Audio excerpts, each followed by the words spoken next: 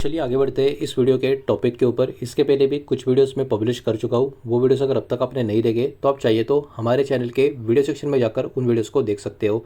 तो यहाँ पर हम टोटल दो कंपनी के जो शेयर्स है उनके बारे में बात करेंगे, जिसमें से पहला नाम आपके स्क्रीन के ऊपर आपको नजर आएगा, Magnus steel and infra limited. 57 के करीब क्लोजिंग है। 5% का अपर सर्किट इस स्टॉक में आज के दिन लगता हुआ हमको देखने को मिला है। और अपर सर्किट अगर आप देखोगे तो बाजार खुलने से लेके बाजार बंद होने तक इस स्टॉक में अपर सर्किट आज के दिन लगता हुआ हमको देखने को मिला है।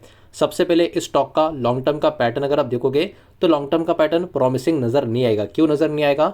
बिकॉज कई सालों तक स्टॉक में कोई भी मोमेंटम नज़र नहीं आ रहा था।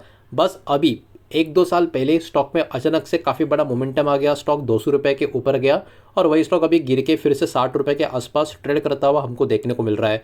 मतलब इस स्टॉक का जो मोमेंटम है, ऑब्वियस सी बात है, वो एकदम प्रॉमिसिंग वाला मोमेंटम यहाँ पर हमको बिल्कुल भी नज़र नहीं आ रहा। 90 डिग्री टाइप का मोमेंटम कभी भी आप कह सकते हो कॉन्फिडेंस देने वाला नहीं होता। और उसके बाद जब गिरावट आती है वो गिरावट दर्दनाक होती है, जो यहाँ पर चार्ट के ऊपर क्लियरली हमको देखने को मिल भी रही है।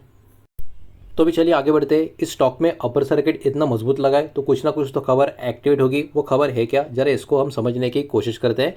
तो मैग्नस स्टील एंड इंफ्रा की यहाँ पर हम बात कर रहे हैं। लगातार तीसरा दिन है जब स्टॉक अच्छी खासी बढ़ोतरी में देखने को मिला है और आज के दिन भी स्टॉक में मजबूत अपर सर्किट लगा हुआ है। अब देखिए इस कंपनी के जो जून क्वार्टर के नंबर्स है उसके कारण ये वाला शेयर मार्केट की चर्चा में बहुत ज़्यादा हमको देखने को मिल रहा है। बिकॉज कंपनी ने जो प्रॉफिट यहाँ पर रिपोर्ट किया वो नंबर कितना है, 2.41 करोड़। अब आप लोग बोलोगे अरे यार ये तो बहुत ही छोटा सा नंबर है 2.41 करोड़, लेकिन ये कंपनी भी काफ़ी छोटी है। तो इस कंपनी के लिए 2.41 करोड़ का नंबर ऑब्वियस सी बात है काफ़ी अच्छा है। लेकिन सिर्फ ये वजह नहीं है कि स्टॉक अपर सर्किट लगा रहा है। बहुत बड़ा रीज़न ये है कि पिछले साल इसी जून के क्वार्टर में कंपनी का जो प्रॉफिट था वो था सिर्फ और सिर्फ 40 लाख का। मतलब जो कंपनी ने पिछले साल इस क्वार्टर में 40 लाख का प्रॉफिट किया था उसी कंपनी ने अब इस क्वार्टर में 2.41 करोड़ का प्रॉफिट पोस्ट कर दिया। मतलब सिंपल सी बात है, बहुत ही बड़ा मुनाफा कंपनी ने यहाँ पर जनरेट कर दिखा दिया है एक साल में। उसी का ही मूव कहीं ना कहीं स्टॉक में होता हुआ हमको देखने को मिल रहा है। इतना ही नहीं, कंपनी का जो टोटल इनकम का नंबर है वो भी बढ़कर 7.30 करोड़ के करीब आ चुका है। इसको अगर आप कंपेयर करोगे सेम लास्ट क्वार्टर में तो होता 1.95 करोड़ का। मतलब यहाँ पर भी काफ़ी बड़ी वाली जंप कहीं ना कहीं हमको क्लियर कट देखने को मिल रही है। तो यही पर्टिकुलर वो बहुत बड़ा रीज़न है जिसके कारण ये वाला शेयर मार्केट की फोकस में अभी के टाइम बना हुआ है। और स्टॉक में अपर सर्किट के ऊपर अपर सर्किट और मजबूत अपर सर्किट कहीं ना कहीं लगता हुआ हमको देखने को मिल रहा है। अब कंपनी का बिजनेस का थोड़ा ट्रांसफॉर्मेशन होता हुआ आपको नजर आएगा। कंपनी प्रीवियसली उसको मतलब जाना जाता था मैग्नस रिटेल लिमिटेड के नाम से, जो ऑपरेट करती थी आईटी सेक्टर के लिए। ठीक है, ये पहले कंपनी को माना जाता था, लेकिन अब कंपनी का जो बिजनेस है, जो फोकस है, पूरी तरीके से शिफ्ट हो चुका है। अब कंपनी स्टील का ट्रेडिंग, इंडस्ट्रियल सप्लाई और इंफ्रास्ट्रक्चर से कनेक्टेड जो बिजनेस है उसमें एक्टिवली पार्टिसिपेट करते हुए आपको देखने को मिलती है। अब इसमें एक नया बिजनेस का डेवलपमेंट भी आता हुआ हमको देखने को मिल रहा है। मैग्नस स्टील को यहाँ पर अप्रूवल भी मिल चुका है एक स्टील सप्लायर का रोल के लिए टाटा मोटर कंपनी के लिए। अब देखिए टाटा मोटर ऑब्वियस सी बात है एक बहुत ही बड़ा ब्रांड है और टाटा मोटर्स के लिए ये कंपनी एक स्टील सप्लायर का रोल यहाँ पर प्ले करेगी, तो ये भी इस कंपनी के लिए बहुत ही बड़ी बात है। तो ये एक और काफ़ी ह्यूज रीजन है स्टॉक में बहुत बड़ी तेज़ी का।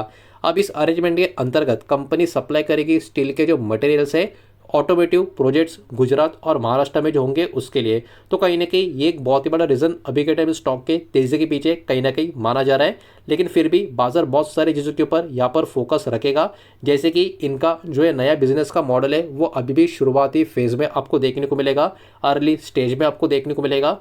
लेकिन भविष्य में कंपनी का जो परफॉर्मेंस होगा वो बहुत सारी अलग अलग चीज़ों के ऊपर डिपेंड होगा, जैसे कि सप्लाई कॉन्ट्रैक्ट्स का कंटिन्यूटी कंपनी को कैसा मिलता रहता है, नहीं मिलता रहता, स्टील प्राइस का मूवमेंट कंपनी किस तरीके से हैंडल करती है, इफिशिएंट प्रोजेक्ट एग्जीक्यूशन हो पाता है नहीं हो पाता, और ऑर्डर इनफ्लो में कंसिस्टेंसी रहती है या नहीं रहती, इसके ऊपर बहुत ज़्यादा डिपेंडेंसी कहीं ना कहीं स्टॉक के ऊपर आने वाले समय में बने रहेगी, जिसके ऊपर बाजार का फोकस रहेगा। अभी थोड़ा सा ना इस कंपनी का जो प्रॉफिट एंड लॉस का स्टेटमेंट है उसको भी ज़रा चेक कर लेते हैं। जो भी नंबर होंगे करोड़ में होंगे और जो भी डेटा यहाँ पर हम देखने वाले हैं पिछले कुछ सालों का 4 साल का जो डेटा यहाँ पर अवेलेबल है उसको हम देखने वाले हैं।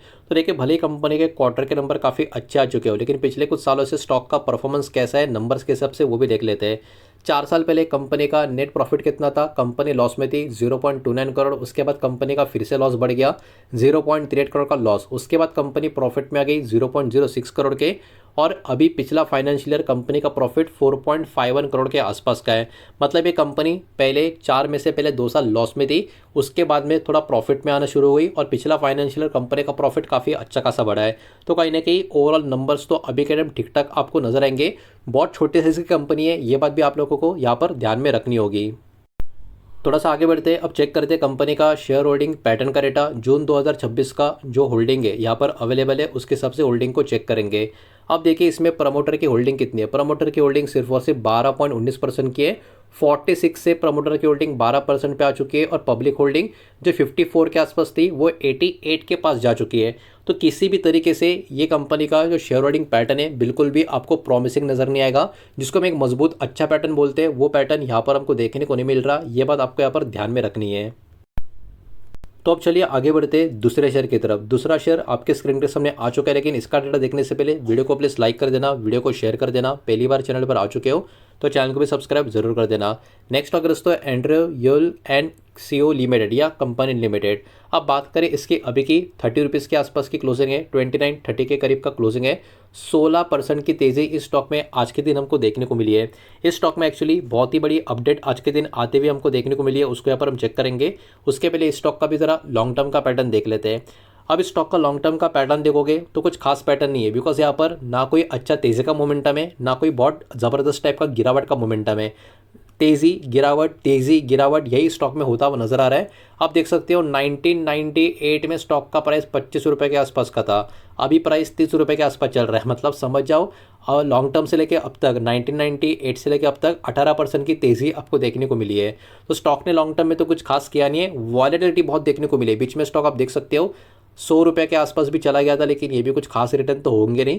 लेकिन ओवरऑल लॉन्ग टर्म में स्टॉक में फ्लक्चुएशंस बहुत ज़्यादा होते रहे, इस बात को यहाँ पर आपको ध्यान में रखना है। लेकिन अब ये वाला शेयर भी मार्केट के फोकस में क्यों बना हुआ है, इसके पीछे का रीज़न दोस्तों काफ़ी इंटरेस्टिंग आपको नजर आएगा, बिकॉज बहुत सारे लोगों को इस कंपनी के बारे में बिल्कुल भी अता पता नहीं होगा। तो ये एंड्रयू यूल ये जो कंपनी है आज के दिन अराउंड 20% ऊपर की तरफ जाते हुए देखने को मिली है। ये खबर तब आई जब गवर्नमेंट से कनेक्टेड एक बहुत ही बड़ा डेवलपमेंट का रिपोर्ट मार्केट में आ गया। अब गवर्नमेंट का कम्युनिकेशन इसमें क्या निकल कर आ रहा है, तो देखिए मिनिस्ट्री ऑफ हेवी इंडस्ट्रीज ने एक इशू किया है लेटर सेंट्रल मिनिस्टर्स और डिपार्टमेंट्स को। अब इसमें एनकरेज किया गया है यूज़ करने के लिए जो यूल टी है उसको, मतलब इसी कंपनी के ब्रांड की यहाँ पर बात हो रही है। और ये यूल टी को यूज़ करने के लिए बोला है कब कब, जब किसी भी प्रकार का ऑफिशियल मीटिंग होगा तब, कॉन्फ्रेंस होगी तब, गवर्नमेंट कैंटीन्स में, और ऑफिशियल गवर्नमेंट का कोई भी इवेंट होगा तो ये जो यूल टी है उसको यूज़ करे, एनकरेज किया गया है ये particular ministry of heavy industries के द्वारा। इसके कारण ये वाला शेयर अभी मार्केट के फोकस में यहाँ पर बना हुआ है।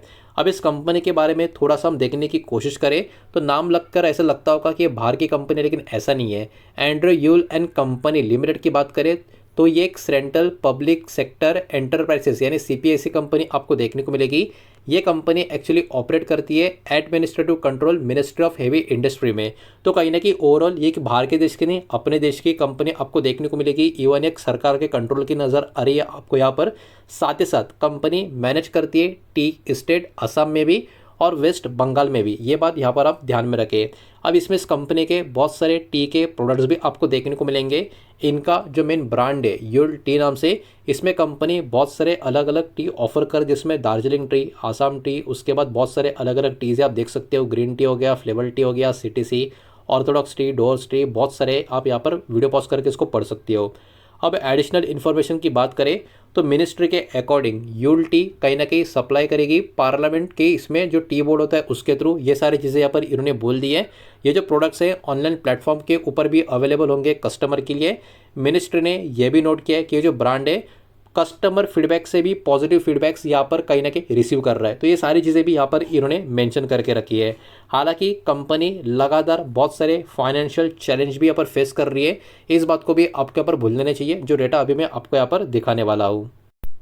तो अभी थोड़ा सा आगे बढ़ते हैं और चेक करते हैं इस पर्टिकुलर स्टॉक का जो प्रॉफिट एंड लॉस का स्टेटमेंट है उसको कंसोलिडेटेड फिगर चेक करेंगे। जो भी नंबर होने वाले वो करोड़ में होने वाले हैं। अब देखिए यहाँ पर भी पिछले कुछ सालों का डेटा चेक करेंगे। पिछले 5 साल का जो डेटा होगा उसको ही यहाँ पर हम चेक करने वाले हैं और नंबर बिल्कुल भी आपको प्रॉमिसिंग देखने को नहीं मिलेंगे। आप देख सकते हो यहाँ पर ये कंपनी एक्चुअली बहुत ही बड़े लॉस में आपको देखने को मिलेगी। बड़े लॉस कहना गलत होगा, लेकिन लॉस में आपको नजर आ रही है। बिकॉज देखिए 5 साल पहले कंपनी का लॉस था 5 करोड़ का, फिर हो गया प्रॉफिट 13 करोड़ का।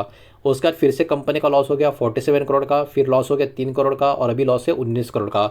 मतलब ये वाली कंपनी प्रॉफिट ग्रोइंग नहीं, लॉस मेकिंग कंपनी अभी के टाइम हमको यहाँ पर क्लियरली देखने को मिल रही है। जहाँ तक बात करें कंपनी के शेयर होल्डिंग पैटर्न के बारे में, शेयर होल्डिंग पैटर्न काफ़ी शॉकिंग आपको नजर आएगा। जून 2026 का पैटर्न है, जिसमें प्रमोटर की होल्डिंग 89% की आपको देखने को मिलेगी। और इस कंपनी के प्रमोटर कौन है? President of India. मतलब वही बात है, ये सरकारी कंपनी के हिसाब से आप यहाँ पर इसको ट्रेड कर सकते हो। बिकॉज 89% का स्टेक पूरा का पूरा प्रेसिडेंट ऑफ इंडिया का ही यहाँ पर आपको नजर आएगा। डीएस की बात करें 2.20% का होल्डिंग डीएस का भी हमको यहाँ पर देखने को मिल रहा है। और पब्लिक होल्डिंग सिर्फ और सिर्फ 8.5% के करीब का यहाँ पर नजर आ रहा है। स्टॉक का लॉन्ग टर्म का चार्ट भी हमने देखा, बिल्कुल भी प्रॉमिसिंग पैटर्न स्टॉक का नजर नहीं है। कंपनी का भी सिर्फ और सिर्फ लॉस ही हो रहा है, कभी कम कभी ज़्यादा। कुछ साल पहले बस थोड़ा सा प्रॉफिट हो गया था, लेकिन उसके बाद भी कंपनी का लॉस ही चल रहा है। हो सकता है आने वाले साल में सब कुछ सही रहा, कंपनी प्रॉफिट में आ गई तो कुछ बात बन सकती है। लेकिन अभी दोनों के दोनों शेयर जो भी हमने देखे, उनमें जो न्यूज़ है उसके वजह से स्टॉक में तेजी है। इस बात को यहाँ पर आप ध्यान में रखें। जो कंपनी का बिजनेस है, उस बिजनेस के दम पे यहाँ पर कंपनी किस तरीके से आगे बढ़ेगी या नहीं बढ़ेगी, ये ऑब्वियस सी बात है, कह पाना काफ़ी मुश्किल है, जिसके ऊपर आपको भी अपना खुद का स्टडी रिसर्च जरूर करना चाहिए। तो यही सारा डेटा इस वीडियो के माध्यम से आपके सामने प्रेजेंट करना था। जो भी डेटा मैंने आपके सामने प्रेजेंट किया है, सब कुछ एजुकेशनल, इन्फॉर्मेशनल, न्यूज़ पर्पज़ के हिसाब से ही है। किसी भी तरीके का इन्वेस्टमेंट का एडवाइस या स्टॉक का रिकमेंडेशन मैं आपको दे रहा नहीं हूँ, ना ही मैंने आपको दिया है। इस बात को भी यहाँ पर आप ध्यान में रखें। उम्मीद करता हूँ वीडियो समझ आया होगा, पसंद आया होगा तो वीडियो को लाइक करें, दोस्तों से शेयर करें। पहली बार चैनल पर आ चुके हो तो सब्सक्राइब भी कर देना। और कोई भी स्टॉक में निवेश करने से पहले खुद की स्टडी रिसर्च जरूर करें, फाइनेंशियल एडवाइजर की सलाह जरूर ले। मिलते हैं नेक्स्ट वीडियो में। धन्यवाद।